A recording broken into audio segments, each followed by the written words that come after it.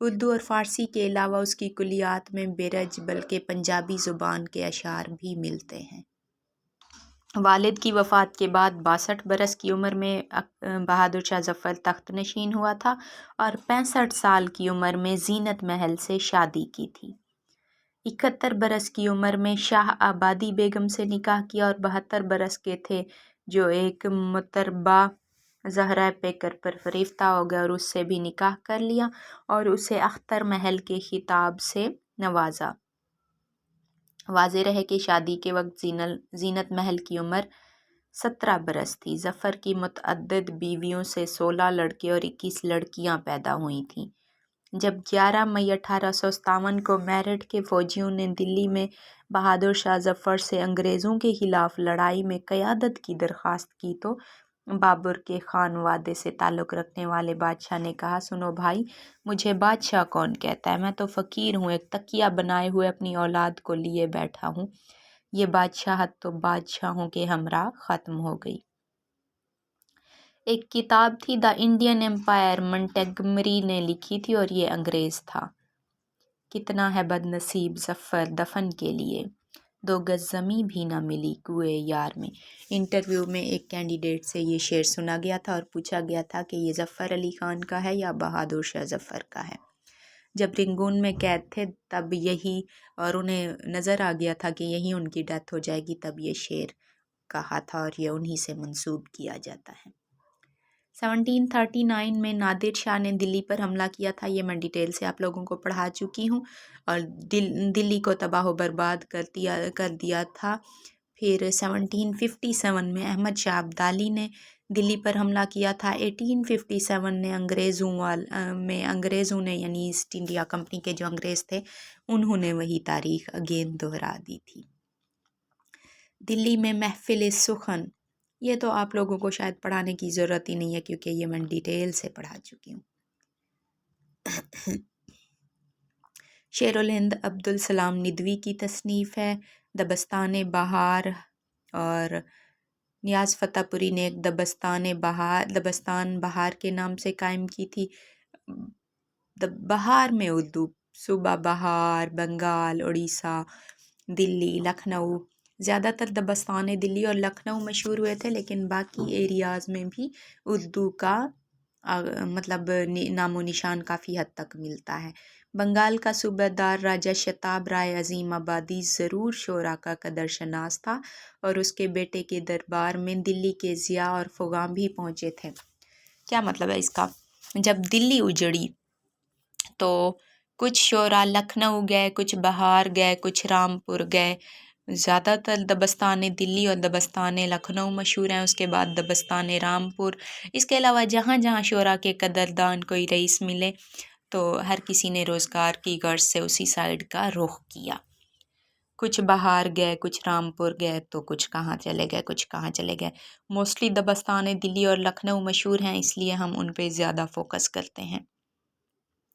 اردو کے وجود سے پہلے بہار میں مگدھی زبان رائج ہو چکی تھی۔ یہ موسٹ امپورٹنٹ نہیں ہے، اس لیے میں ان کو شارٹ کر کے اسکپ کرتی جا رہی ہوں۔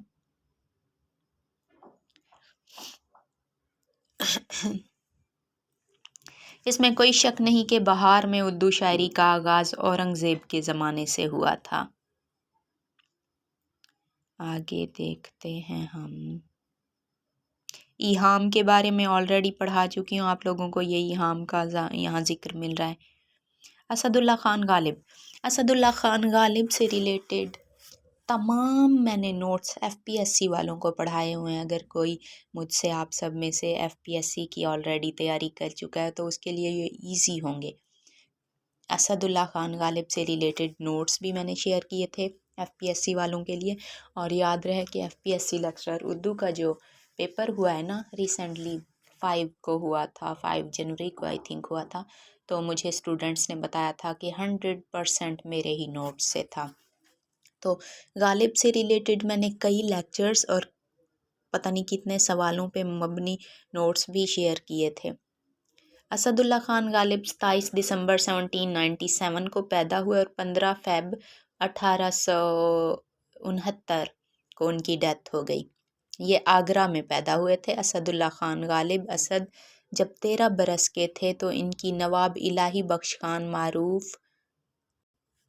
کی بیٹی، جس کی عمر 11 سال تھی اور جس کا نام امراؤ بیگم تھا، اس سے شادی ہوئی تھی، اور امراؤ بیگم کی پیدائش 1799 ہے۔ غالب سے یہ 2 سال چھوٹی تھی۔ شادی کے بعد مستقل طور پر دلی میں سکونت اختیار کر لی تھی۔ ان کا مزاج غالب کا لڑک پن سے آشکارا تھا، دوسرے نسلی برتری اور خاندانی عظمت کا احساس فخر بھی تھا ان میں۔ خاندانی برتری کیسے تھی میں آپ کو بتاتی چلوں کہ غالب کے والد تھے عبداللہ بیگ، یہ فوجی تھے، اور ان کی والدہ کا نام تھا عزت النساء بیگم۔ غالب کے بھائی تھے مرزا یوسف علی بیگ، جو غدر میں کہیں ادھر ادھر چلے گئے تھے اور واپس نہیں آئے تھے کبھی بھی۔ غالب آگرہ میں پیدا ہوئے تھے اور دلی میں ان کی ڈیتھ ہوئی تھی۔ 19ویں صدی غالب کی صدی کہلاتی ہے، جبکہ 18ویں صدی میر تقی میر کی کہلاتی ہے۔ 20ویں صدی اقبال کی صدی کہلاتی ہے۔ لیکن غالب جس صدی میں پیدا ہوئے، انہوں نے ایک عظیم سلطنت کو تباہ و برباد ہوتے دیکھا تھا اور اپنے ملک کو انگریز قوم کے اقتدار میں جاتا ہوا دیکھا تھا، جس وجہ سے ان کی نظر میں گہرائی اور فکر میں وسعت پیدا ہو گئی تھی۔ وہ زندگی کے حقائق اور انسانی نفسیات کو کافی گہرائی سے سمجھتے تھے اور سادہ الفاظ میں انہیں بیان کرتے تھے اپنی شاعری میں۔ غالب کے دادا کا نام تھا مرزا کوکان بیگ۔ یہ سمرقند سے ہجرت کر کے مغل شہنشاہ احمد شاہ بہادر کے عہد میں ہندوستان آئے تھے۔ یہ خاندان حسب و نسب کے اعتبار سے ترک مغل تھے اور بڑی شان و شوکت والے تھے اور ترانی النسل تھے۔ سمرقند میں آباد ہونے کی وجہ سے سمرقندی ترک بھی کہلاتے تھے۔ غالب کے والد کو 1802 میں راج گڑھ کے مقام پر قتل کر دیا گیا تھا۔ غالب 6 سال کی عمر میں یتیم ہو گئے تو پھر غالب کی اور ان کے بھائی کی اور باقی سارے گھر والوں کی پرورش کی ذمہ داری غالب کے چچا نصر اللہ بیگ نے لے لی تھی۔ لیکن غالب 10-11 سال کے ہی تھے کہ اپریل 1806 میں نصر اللہ خان ہاتھی سے گر کر زخمی ہو گئے تھے اور انہی زخموں کی تاب نہ لاتے ہوئے ان کی بھی ڈیتھ ہو گئی تھی۔ لیکن نصر اللہ بیگ مرہٹوں کی جانب سے آگرہ میں قلعہ دار تھے۔ جب انگریزوں نے آگرہ پر حملہ کیا تھا تو نصر اللہ بیگ نے آگرہ لارڈ لیگ کے حوالے کر دیا تھا، بغیر کسی جنگ کے یا بغیر کسی مزاحمت کے ان کے حوالے کر دیا تھا، جس وجہ سے انگریزوں نے انہیں بطور انعام 17,000 روپے دیے تھے اور 400 گھڑ سواروں کے ساتھ رسالدار مقرر کیا تھا۔ کس کو؟ غالب کے چچا نصر اللہ خان کو۔ ان کی وفات کے بعد نواب فیروز پور نے سفارش کی تھی کہ ان کے ورثاء کے لیے 10,000 پینشن مقرر کی جائے، جس کے حقداروں میں غالب کی دادی بھی شامل تھی، 3 پھوپھیاں بھی تھیں، غالب اور ان کا بھائی بھی شامل تھا۔ 2 ماہ بعد یہ رقم 10,000 سے کم ہو کر 5,000 کر دی گئی تھی۔ غالب نے 1807 میں شاعری کا آغاز کیا تھا اور اسد تخلص کرتے تھے، مگر ایک شاعر تھا میر عمانی اسد، عام سا شاعر تھا اور عام شاعری کرتا تھا۔ لوگ اس شاعری کو غالب سے منسوب کرنے لگ گئے تھے اور غالب کی شاعری سمجھنے لگ گئے تھے۔ تب غالب نے اپنا تخلص 1816 میں استعمال کرنا شروع کر دیا تھا۔ یہ تمام سوالات میں آپ لوگوں کو اس لیے بتا رہی ہوں، حالانکہ اس بک میں نہیں ہے، تاریخ کی بک میں، لیکن میں آپ لوگوں کو اس لیے بتا رہی ہوں کیونکہ یہ موسٹ امپورٹنٹ ہے اور آپ انہیں اسکپ مت کیجیے گا۔ جو میں بتاتی ہوں اس کتاب میں جو کچھ انڈر لائن کیا ہوا ہے ان کے نوٹس شیئر کر دیتی ہوں آپ کو، لیکن جو انڈر لائن نہیں کیا ہوا، جو ایکسٹرا وضاحت آپ لوگوں کو بتاتی ہوں، وہ موسٹ امپورٹنٹ میرے ذہن میں آ جاتی ہے اور میں آپ لوگوں کو بتاتی چلی جاتی ہوں۔ آپ اسے نوٹ کر لیا کریں تاکہ آپ کے کام آئے۔ لاسٹ ایئر ایک کینڈیڈیٹ سے پوچھا گیا تھا کہ آئین اکبری کی تقریر غالب سر سید کس سے لکھوانا چاہتے تھے؟ آئین اکبری کی تقریر سر سید احمد خان غالب سے لکھوانا چاہتے تھے، اور اس کی میں آپ لوگوں کو ڈیٹیل شیئر کروں۔ اس کی ڈیٹیل شیئر کرنے سے پہلے میں آپ لوگوں کو غالب کی تمام تصانیف پڑھا دوں۔ تصانیف میں ایک ان کا دیوان ہے اردو میں اور ایک ان کا دیوان ہے فارسی میں۔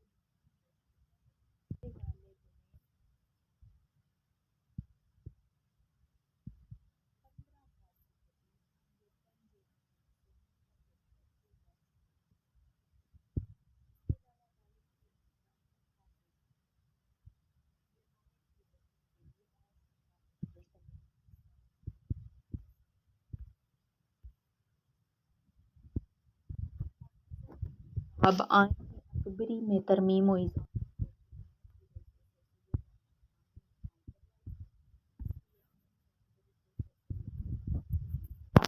نئے سرے سے جب آئین اکبری کی ترمیم و اضافہ کیا سر سید نے، تو سر سید نے فرمائش کی غالب سے کہ وہ آئین اکبری کی تقریض لکھیں۔ تقریض سے مراد تعریفی کچھ پیراگراف، کچھ پیجز پہ تعریف لکھنا۔ تو ظاہر سی بات ہے اپنے منہ میاں مٹھو نہیں بن سکتا انسان، اس لیے غالب سر سید خود تقریض یعنی تعریف نہیں لکھ سکتے تھے اپنی کتاب کی، اس لیے تقریض ہمیشہ کسی اور ماہر ادیب سے لکھوائی جاتی ہے۔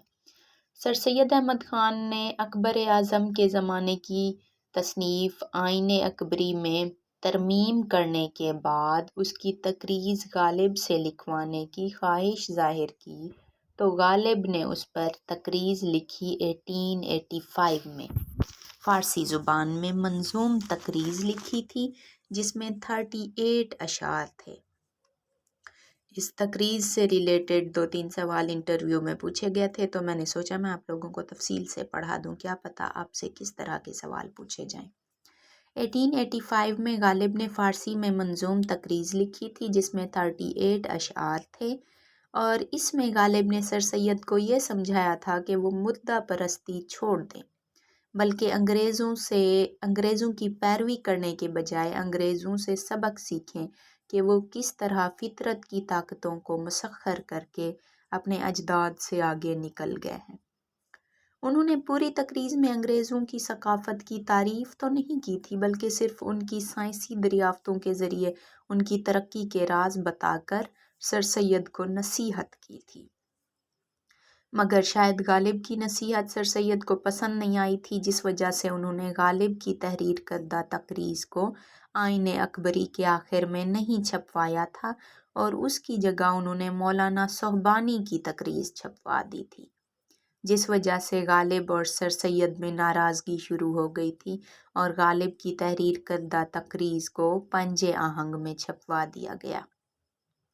پھر ان کی صلح ہو گئی تھی کچھ عرصے بعد، جب سر سید مراد آباد میں رہائش پذیر تھے۔ انہیں خبر ملی کہ غالب نواب یوسف علی خان سے ملنے، یوسف علی خان جو کہ رامپور کے والی تھے، اور انہوں نے غالب کا وظیفہ بھی مقرر کیا تھا۔